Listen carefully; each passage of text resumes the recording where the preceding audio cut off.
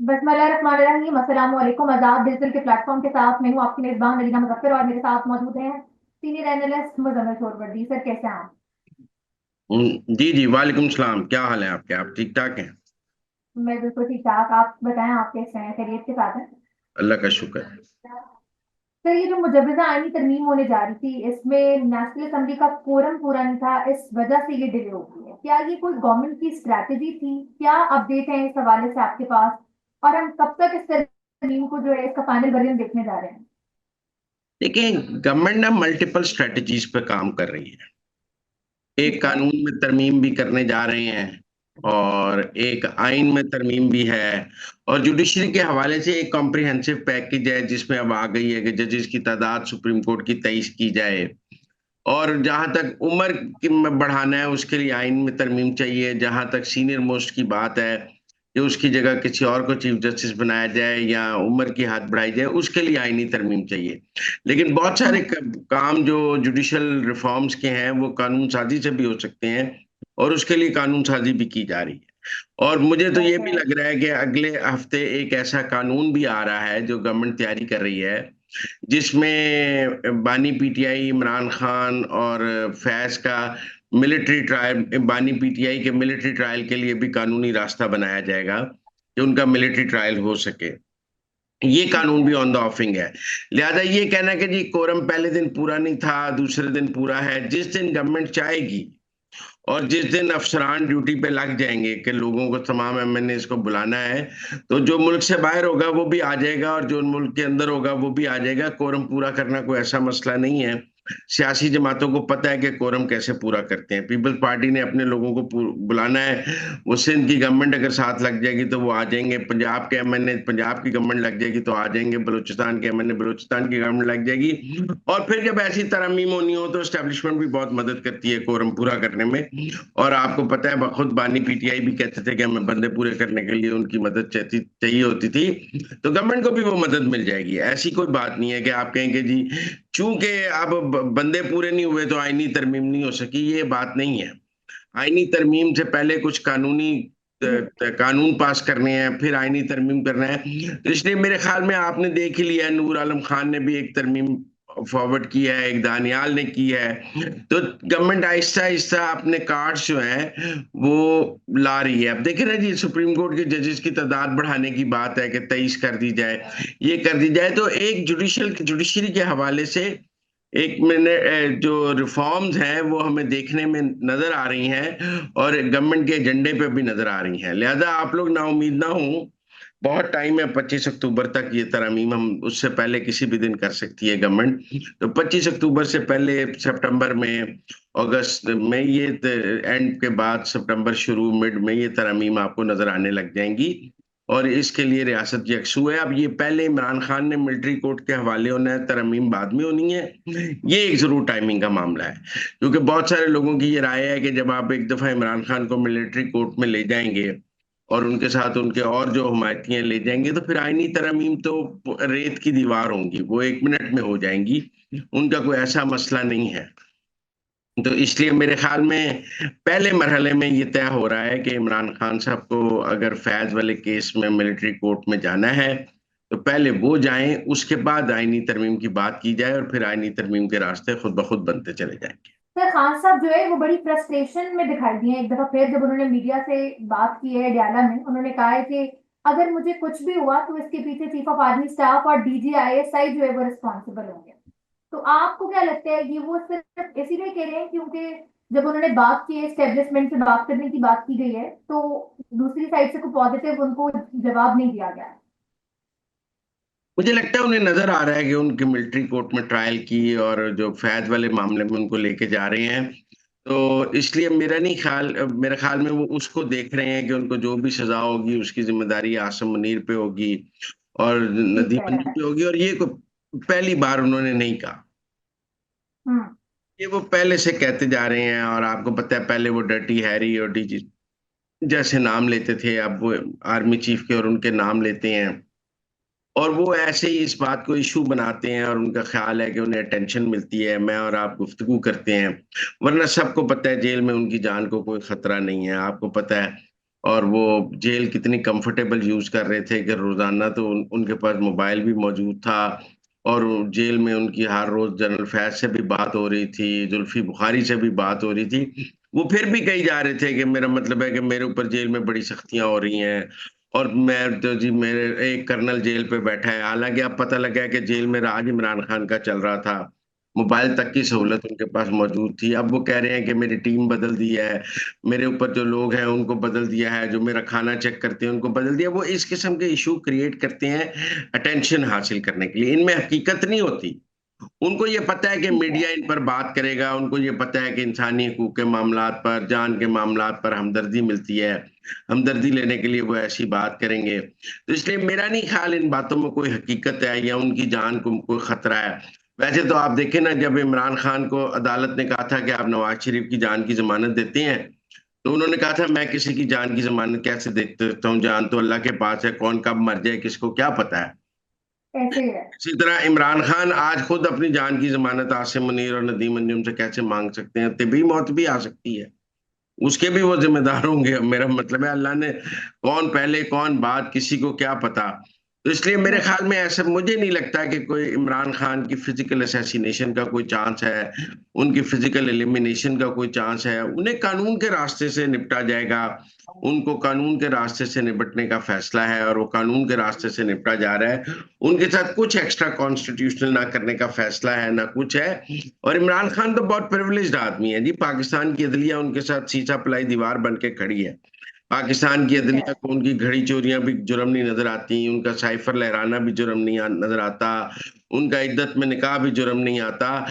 चाहे पाकिस्तान की अदलिया को तो उनका कोई जुर्म भी जुर्म नहीं लगता, वो तो रोज उन्हें गुड टू सी यू कहती है।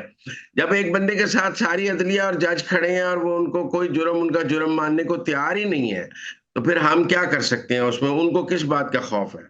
उनको कोई खौफ नहीं होना हाँ। चाहिए। अगर मैं समझता हूँ जब तक ये जज मौजूद है, जब तक ये अदलिया उन मौजूद है, जब तक पाकिस्तान की अदलिया में ईमानदार जज मौजूद है, तब तक इमरान खान तो कानून से भी बालतर है। जब जब बिल्कुल। तक सुप्रीम कोर्ट के जज कह रहे हैं कि वो मकबूल लीडर हैं, हम उनका बड़ा एहतराम करते हैं, तो वो तो कानून से बालतर है। क्योंकि जज ने तो नहीं देखनी कबूलियत और मकबूलियत, उसने तो कानून के मुताबिक फैसला करना है। तो इसलिए मेरे ख्याल में वो ऐसे ही अटेंशन क्रिएट करना चाहते हैं, और जो उनको सहूलतें मिल रही हैं उन पर लोगों की नजर ना जाए, इसलिए ऐसी बात करते बिल्कुल ठीक हो गया सर। लतीफ कोसा कहते हैं कि खान साहब जो है वो नहीं खुश परफॉर्मेंस से जो पीटीआई की क्यादत है सारी पंजाब में, खासकर हमाद अजहर का भी उन्होंने नाम लिया है। ऐसी क्या सर आई अभी थी कि अली अमीन गंडापुर जो है वो चाहते हैं कि हमाद अजहर की जगह जो पंजाब में प्रेसिडेंट है वो शेख वकास अकरम को ले आए। तो आप क्या कहते हैं इस हवाले से? देखिए, हमाद अजहर साहब गिरफ्तारी नहीं देना चाहते। हमाद अजहर ठीक है। साहब गिरफ्तार होने से डरते हैं। ये लोग कल को जी। नून लीग वालों को ऐसे ताने मारते थे जैसे ये खुद लोहे के हैं, और ये खुद एक गिरफ्तारी से डरते हैं। मेरा मतलब है हमाद अजहर साहब यहाँ तो आए और आकर अपनी गिरफ्तारी दे दें, फिर उनकी बेल हो जाएगी, वो बाहर आ जाएं और आकर क्यादत करें। लेकिन वो गिरफ्तारी नहीं देना चाहते। वो किसी सेफ हाउस में गिरफ्तार अपनी मफरूरी काटी है उन्होंने, या केपी की आश्रम में काटी है, ये तो मैं नहीं कह सकता, क्योंकि बहुत सारे लोग कहते हैं कि उनको भी मफरूरी में एस्टेब्लिशमेंट की सहूलतकारी हासिल थी, वरना ऐसी बात नहीं थी। तो अब एक आदमी हाँ। ग्राउंड पर ही नहीं है, एक आदमी पंजाब आना ही नहीं चाहता। वो उनका उनकी हालत तो उस फिल्म जैसी है, पंजाब नहीं जाऊंगी। तो हमाद अजहर की हालत भी यही है, वो कहता है मैं पंजाब नहीं जाऊंगा। तो जो बंदा पंजाब नहीं आना चाहता वो पंजाब की क्यादत क्या रिमोट बैठ के पीछे करेगा? मुझे तो नहीं नहीं। समझ आती। या वो मेरा मतलब है कि किसी खुफिया मुकाम से पीटीआई पंजाब यहाँ पे कारकुन जूतियां खाएं मार खाएं, और वो रिमोट किसी खुफिया महफूज मुकाम से पंजाब पीटीआई की क्यादत करेगा? ये कौन सी साइंस है? मैं इस बात पे कि जी आप गंडापुर शेख वकास अकरम को बनवाना चाहती हैं, अलीमा बीबी किसको बनवाना चाहती हैं, ये सब बातें उसके बाद हैं जब हमाद अजहर स्क्रीन से गायब है, जब मियां असलम हम्म। इकबाल स्क्रीन से गायब है, जब ये लोग एक गिरफ्तारी से डर कर भागे हुए हैं और कल अपने सियासी मुखालफिन को ताने देते थे, आज ये खुद मफरूर हैं, इश्तिहारी हैं। तो इनका क्या दिफा किया जाए? मैं आपको कहूं कि जी गंडापुर जो है वो शेख वकास अकरम को लाना चाहते हैं तो बड़ी ज्यादती कर रहे हैं भाई। कैसे ज्यादती कर रहे हैं? शेख वकास अकरम फील्ड पे मौजूद है और हमाद अजहर गायब है। जो गैब हम्म। है, मैंने लाहौर का सदर गिरफ्तारी दे रहा है और पंजाब का सदर कहता है मुझे केपी के सीएम एंड एक्सी में रखें, तो फिर वो केपी के सीएम एंड एक्सी में रह ले। पंजाब की तो क्यादत नहीं कर सकता। पीटीआई को तो इस वक्त उन लीडर्स की जरूरत है जो फ्रंट से आकर खुद क्यादत करें।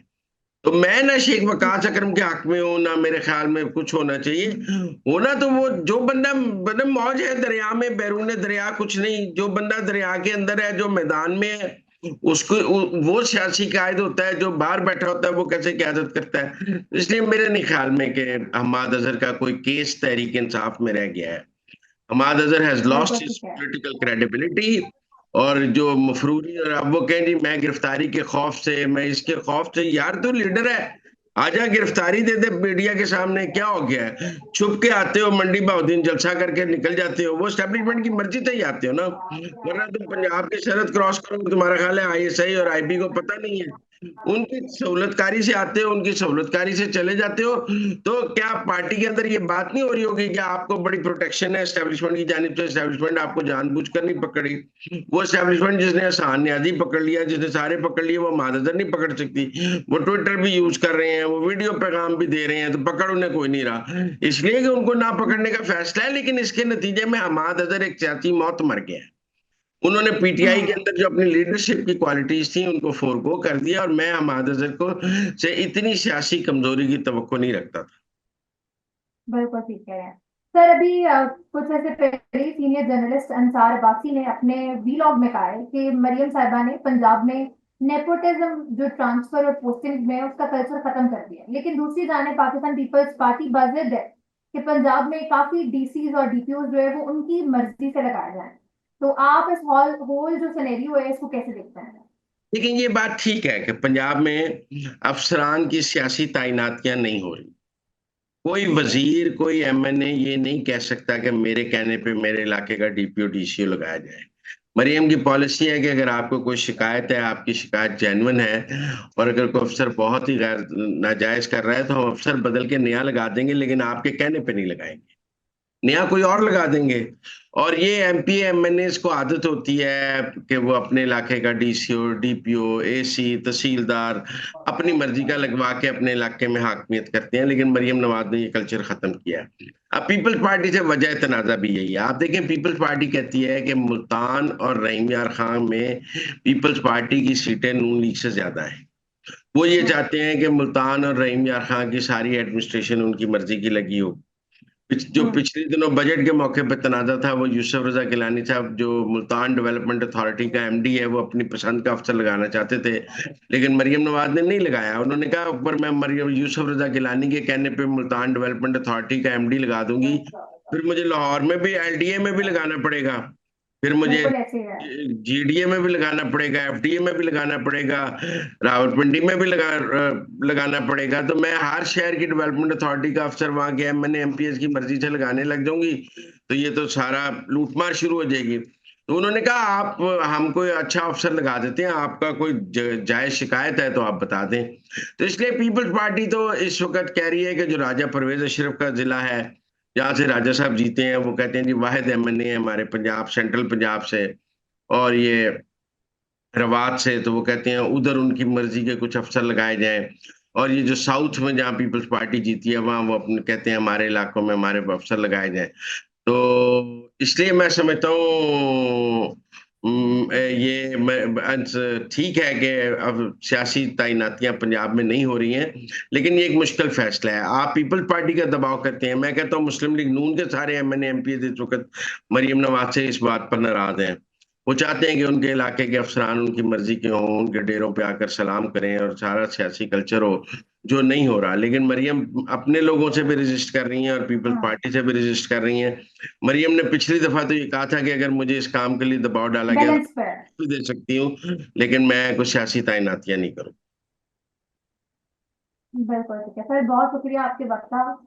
आपसे मुलाकात होगी अगले व्लॉग में, तब तक के लिए दें मुझे इजाजत। अल्लाह हाफ़िज़।